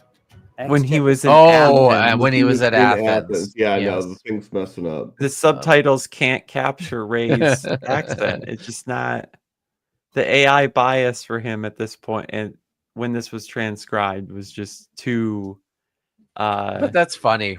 When Paul was an atheist. Too American. I'm sure Ray thinks Paul was an atheist. I bet he looked at that and said, yeah, that sounds right. I mean, Jews and Christians might not worship the same God. So, yeah. Right. 17. He preached against their idolatry. He says, God is not graven by art, man's device. He used the commandments. That's the first and the second of the 10 commandments. And then he says, God commands all men everywhere to repent because he has appointed a day in which he will judge the world in righteousness. That's future punishment. But that's not in the 10 commandments either. Yeah, but like vibes though. Right. Right. It's going to be a day of judgment. Men won't see their need to repent and let go of their darling sins. They're darling. They're darling sins. That sounds like a great band name. It does, actually. Somebody should get on that. They're darling sins. I like that. But I want to tell you, Edgar, that the light is coming on Judgment Day. God's going to expose every sin anyone's ever committed because he's just and holy. And I'd hate you end up in hell. So here's the question. So far, you've told me you're a lying, thieving, blasphemous, fornicating, adulterer at heart. Wow. I mean, what? Damn. Yeah. A lying, thieving, blasphemous, fornicating, adulterer at heart. And this guy's just like, yo, I'm just impressed. like, yeah, you managed to pack a lot of yeah, murderous. Also, yes, yeah, that's fair. Yeah, So, at heart, though, right? Oh yeah, that's the part where you're like, you know what's in my heart. You're not my heart surgeon. Oh, I would like, I think, to meet Ray Comfort. Just to hear, just to be there, to have the have you ever told a lie? Have you ever stolen? Have you ever said God's name in vain? I'd love to go through it with him. I think it'd be fun. I would do it too. I would just lie. You're close. Like, nope. He's in Southern California. That's, well, I mean, you're closer than me. So. Yeah. But I'd just be like, no. I'm perfect. Not done any of those things. And he'd be like, you're lying. You're lying. Like, well, you're a dirty liar. You're lying now. Stop it. You wouldn't make the cut. If Jesus had asked you to be an apostle, you wouldn't have done it. I'm just saying. Like, if you think I'm just saying. Yeah. Why do people smile when they admit their sins? That happens because they think you're ridiculous, Ray. Dude. You're a silly, ridiculous person. You're not in on the joke. That's why.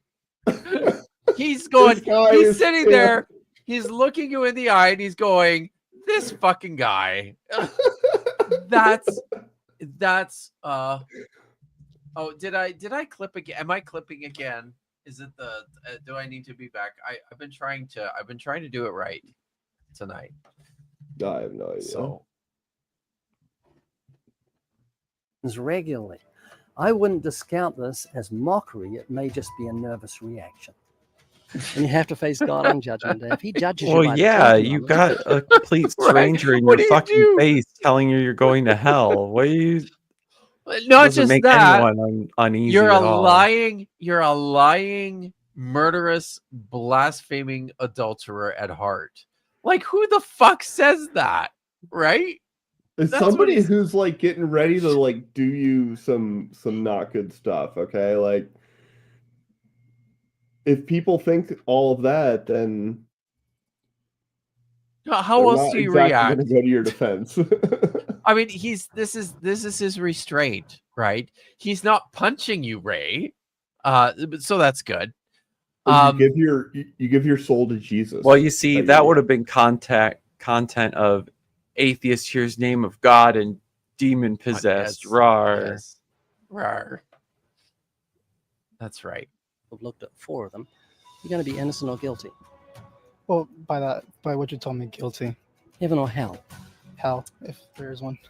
Well, there's got to be written. Yeah, if there is one. And guilty based on what you've told me, not the Bible, but you, Ray. Misreading. It would also be like that hell. It'd be like not just like any hell, because there could be another God, and they have a hell that only is for people who double park, right? I would be in that hell. Oh wait, no, I don't double park. No, yeah, I was about to Which say, is- I'm like, which is dude, we bad. can't be friends. A lot of elderly women in the state of Michigan would also be in that hell. For double parking. Oh yeah, Wow. yeah. I used to listen to live court cases, and there were so many people there called in for like Fridays were like civil infraction stuff, and there would just be so many elderly people that would have to pay these fines for parking issues. But and they were and in Michigan they're like a 4th degree misdemeanor. Oh, They actually are shit that would stay on your record. really? Wow. Yeah, That's bad. I know. So when you said double park, Weasel, I heard parking tickets. I have a lot of unpaid parking some tickets. degree. I'm not sure right? exactly, So but That's different. Double yes, parking. that's I remember what double parking is. I lived in a city once, so yeah. And like, I don't mean like accident. Like sometimes you do a bad job, or you are already pressed up against, and you don't leave as much room for the next person. Sure. It's like a thing. But then there are the people that just pull in, and they use the line as like an alignment tool for their transmission or something, and it's like that's not how the lines work. No, it's not. Attribution for murderers and rapists. I mean, we all know intuitively that God is good, and Was any that judge was that who's an good- Assassin's Creed image? we do. Yeah, and John Wick before John Wick. Oh, yeah. Just kidding. Okay. It's like it's not John Wick, but replay for a second.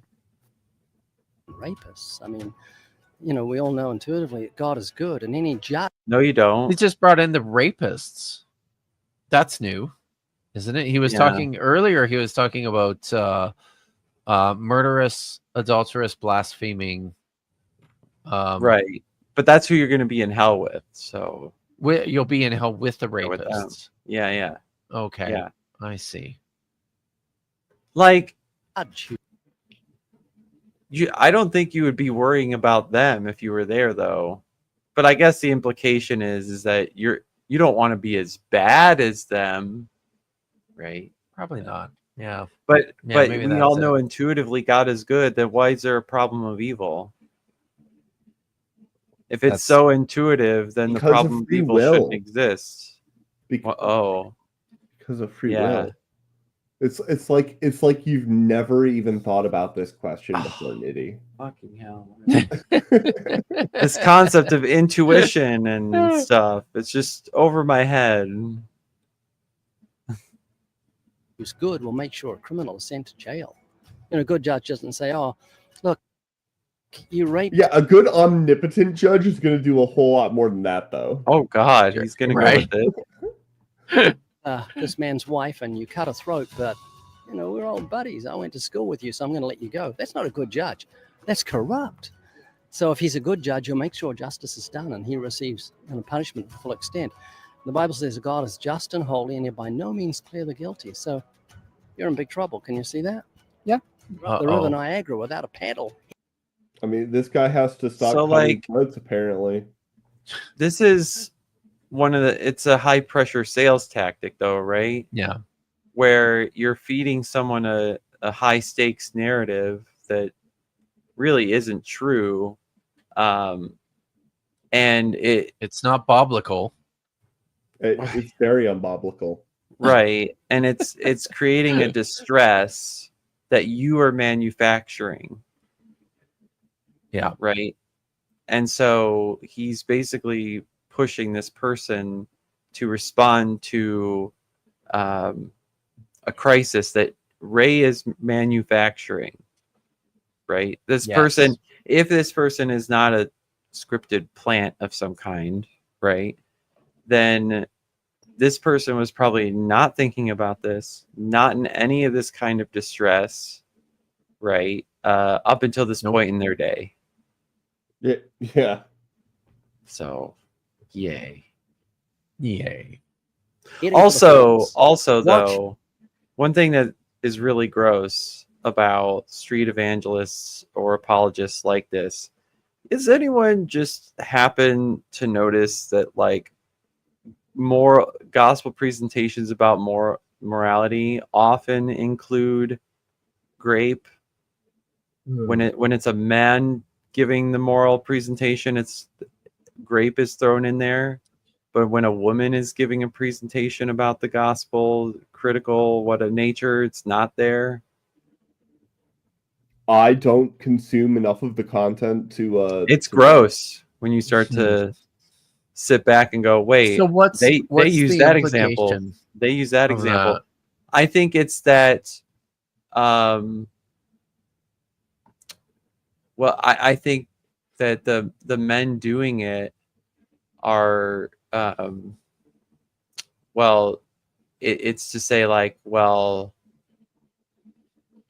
women are like the target often. There's like not consideration of like, there's so many other things you could say or be thinking about to make moral claims. Like, why is it so? No, it's more of a question. Why is it so easy to grab this one and keep using it rather than just anything else?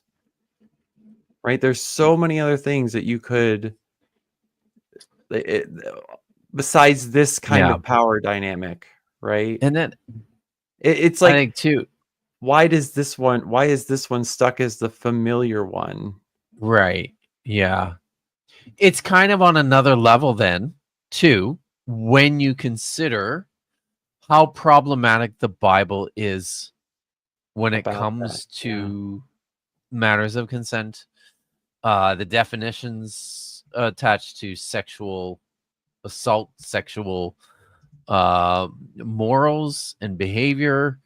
Like, to camp on this, really, Ray? You sure you want to go there? Yeah. That's where you want to pitch your tent. Yeah. Wow. Oh, you know what? I know where some of my exposure to this has come from. It's come from like debatosphere stuff, where that gets thrown out there. Why is it wrong to X? You know, like God needs to judge this, that type of thing, and it's most often that. Yeah. But sorry, total tangent. It was just yeah, and when within that much detail too, I'm just like, ugh, like. Yeah. See that? Yeah. You're up the River Niagara without a paddle, heading for the falls. Watch Edgar's reaction. The law is leaving him without justification. Right. What can you do to save yourself? What can you do to rescue yourself from the dilemma that I presented to you? And like I've said this before in other places, right? God makes the rules. Yeah. Right? The Christ sacrifice thing never had to be a thing in the first place, right? He could have kept it as vicarious atonement through other sacrifices, right, Kip? Sure. Yeah. I mean, that's how it worked for hundreds of years, apparently. Right. Well, why the change from a goat today? Yeah. Yeah. To make it permanent. So for some reason, right? And But then was that never raises previously explained. And it raises all kinds of other philosophical and theological questions. Yeah, it's a mess. Questions about the value of sacrifice, the value of human sacrifice relative to, you know, just the standard sacrificial system, right? It's kind of a fucking mess. Well, also then after a while that becomes the debate. It devolves into the debate about the Trinity, right? Because by adding a human sacrifice, even with like someone with a divine name, right, or as a divine purpose, or as a prophetic fulfillment, right? Well, people who could philosophically masturbate long enough recognized at the end of the day that still is finite unless, God had some kind of special salvific power through that finite person sacrifice, or that sacrifice itself was an infinite thing, right? Yeah.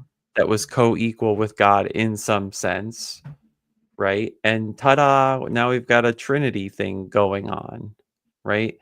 And who makes that rules? Why is it that way? There's no good answers to these questions, right? Well, who made those rules? Well, No. Yahweh did. Why is it that way? Because it is. Oh, great. Like, we're going to get non-answers. Cool. You have a better idea? No, I guess not.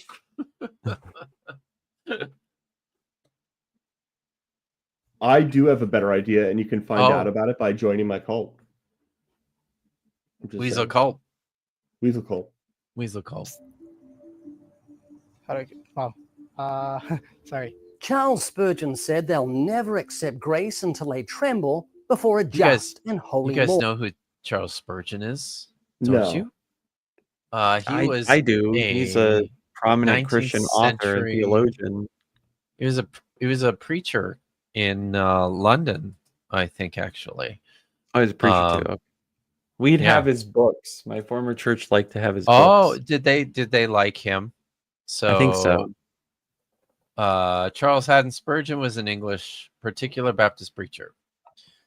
But so the fun thing, I have to see if I can find this. There's a is that it? I had this ready to go actually last week, and I forgot we were doing this. But there's a famous ship called, I believe it was the Great Eastern, that was built by Isam Kingdom Brunel, who was like a brilliant engineer during the mid 19th century. And it's like it was enormous. It was basically the first massive steam powered passenger liner for crossing the Atlantic Ocean. But it was ahead of its time, and it didn't work really well because it was too damn big. It was like 400 or 500 feet long, and it was made of, I believe it was made of iron. And it had sails because you couldn't depend on the engines, the steam engines to get from point A to point B. And it didn't do well in the high seas and the chop of the North Atlantic. So it didn't last very long. It was only in service for a short period of time before it was retired. It's actually it's because it was the largest ship in the world, and they couldn't use it for passengers anymore. They used it to lay the transatlantic cable, the very first cable, basically between England and North America. It was big enough to carry all that cable, like hundreds, thousands of miles of cable. But anyways, when it after that, it's like this gigantic ship that didn't really have a function. So there was ongoing discussion of what you're going to do with it, and somebody made like a cartoon in the newspaper that suggested, well, you could just use it as like a carnival, and they put like a Ferris wheel on it and had like rides and stuff for kids and things. But the cartoonist put like this big banner on the ship too that said Charles Spurgeon preaches here 3 times a day. So but that's I always draw that connection with Charles Haddon Spurgeon. He's a wow. He was a meme back in the 19th century. So yeah, I don't know. Apparently Ray thinks he said some important things here. law. He added, I do not believe that any man can preach the gospel who does not preach the law. He said, lower the law and you dim the light by which man perceives his guilt.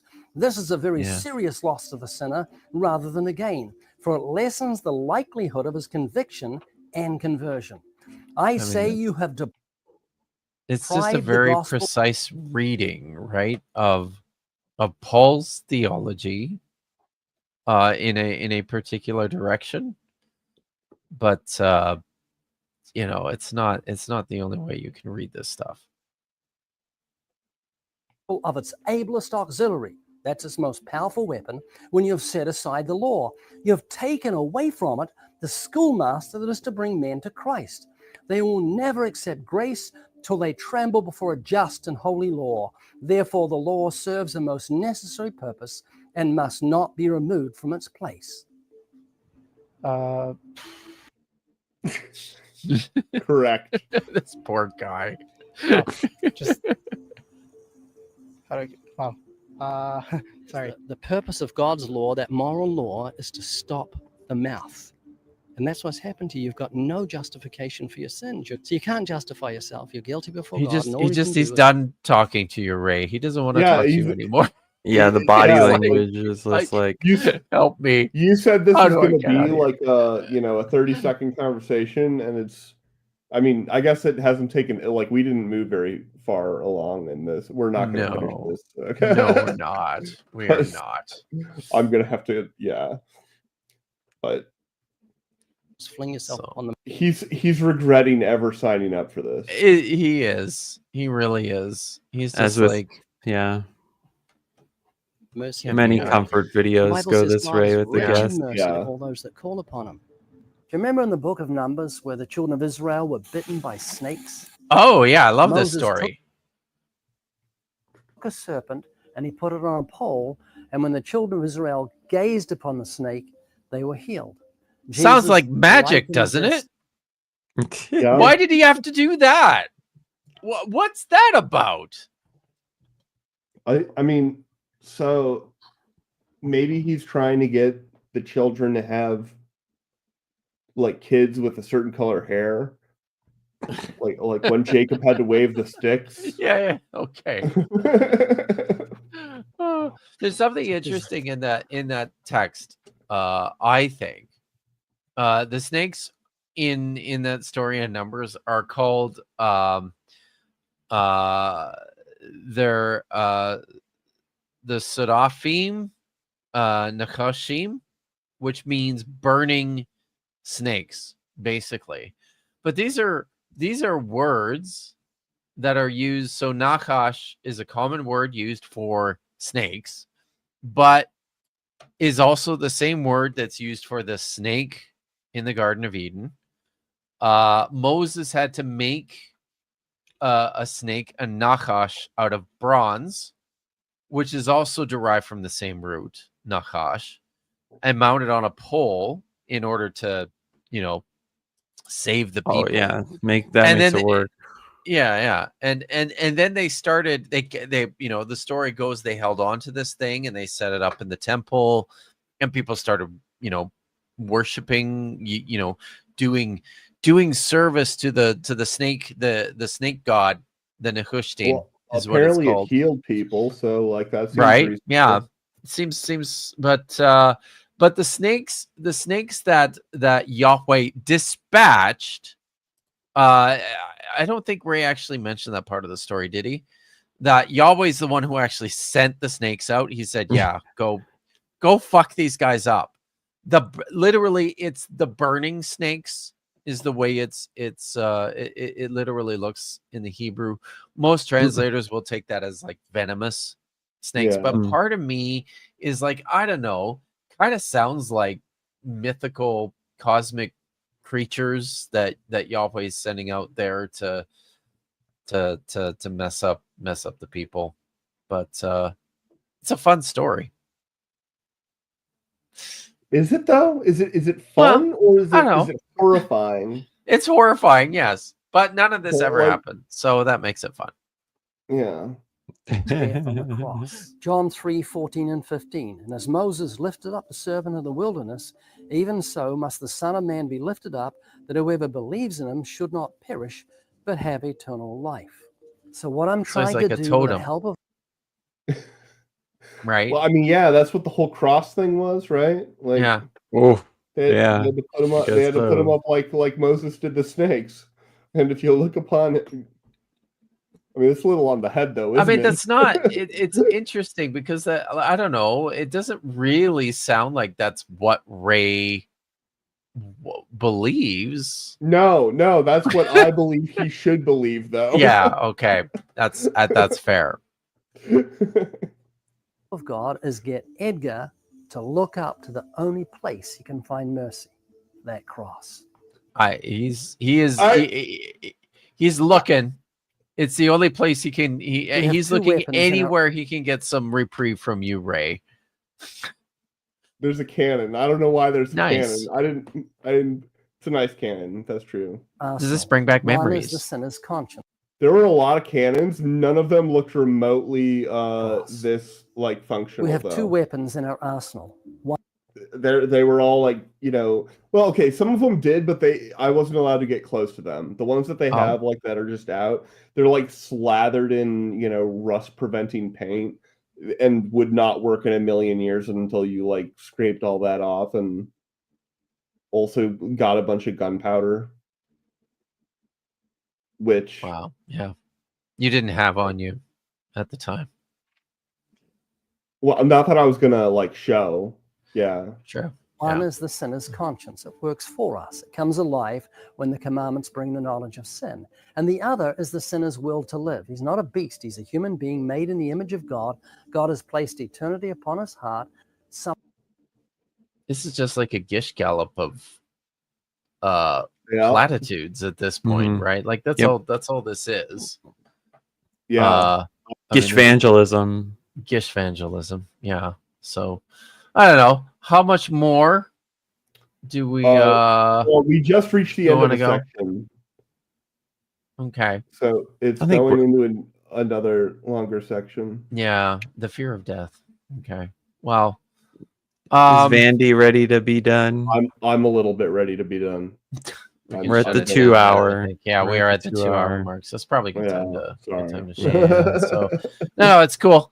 And it's good. Thank you everyone for coming and hanging out with us for a couple of hours. You guys It's have been always fun. great. Chat. Yeah. So I want to be clear though. We have not gotten any explanation for the background. no. No, Nah. never will. We're gonna have to go to his channel, unfortunately, and Yeah. try to figure Yeah. it out. I just it's upsetting. Maybe I should It take really a screenshot is. Like what and is show it Monday. somebody said that looks like is it a radar gun? That's what I said. Holding? I said radar gun Yeah. because I mean it could be that or a spotlight, but a spotlight I don't think would be quite as opaque. There's No. something wrong with his hand too, isn't there? And this is before AI the- got crazy, so Yeah. The lighting could be a little bit rough on that. You're commenting that it just looks like the fingers like emerge and then fuse back in. Yeah, But they I do. think this part is saturated though. Okay. I I think see. All right. Well, that or that or yeah, it's AI. In which case, that's even more perplexing. is it supposed to be representative of the law? Is that what this is? oh I guess. yeah, like God's law. God's law. I wonder what That's they gotta like, be it. Done. So Can you guys I don't know. recognize this seal? It 'Cause- looks like a letter G. To me, it looks like a letter G with wings. Is Oh, it Gotham? Maybe it's Gotham. I don't know. I can't figure it out. All right. Okay. Well, so thanks yeah, for that, Ray. Yeah, thanks, Ray. So Ugh. we'll take that down. We got Alright, yawnies. So Bad Science Sunday tomorrow, Mhm. right, Vandy? on my gonna be After great. Six channel, and it's gonna be lit. That's It's what gonna the be kids say, awesome. right? It's gonna be awesome. So, It's check it gonna out, be everyone. neato. So, and you don't do anything else ever except for this show, which is bi-weekly. Yeah. So I'm very busy being an astrophysicist. I hate you so much. I'm not an astrophysicist. It's okay. My We astrophysicist understand. friends are gonna yell at me. They're gonna be like, you can't be calling yourself an astrophysicist.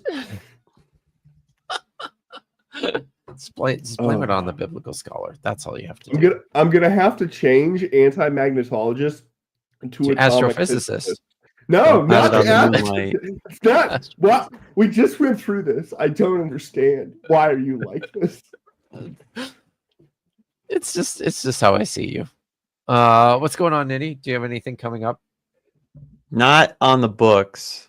If apologists say some weird crap, or if I come up with a plan, then I'll. So stream. yes, apologists seem to come up okay. with weird shit like every other day. There'll be something. Yeah, probably. All right. Oh, there you go. You're the only astrophysicist that watches this channel. That's true. That is 100% true. We have one more super chat, and then we'll shut it down. It's good to see you, Alpha Centurion. For 499 asked, did ancient Israel have mass pigeon sacrifices? And is there archaeological evidence like pits filled with sacrificed pigeons? Would it be doves? No, it probably doves. Metal. And I have to go back and look at the ways in which the word functions. But they have I actually don't think that there was a ton of mass sacrifices. I think most of these just tend to be exaggerations in the text. So I'm gonna go out on a limb and say no. And yeah, we don't have archaeological evidence like pits filled with sacrificed pigeons. As far as I know, nothing like that. So that's probably disappointing, and I'm sorry. So, but yeah, I don't know. Do you guys have anything else? Otherwise, nope. I'm gonna take us out. So yeah, thanks everyone for hanging out. Everybody needs to go to sleep. So with that, I will just say Hatikva.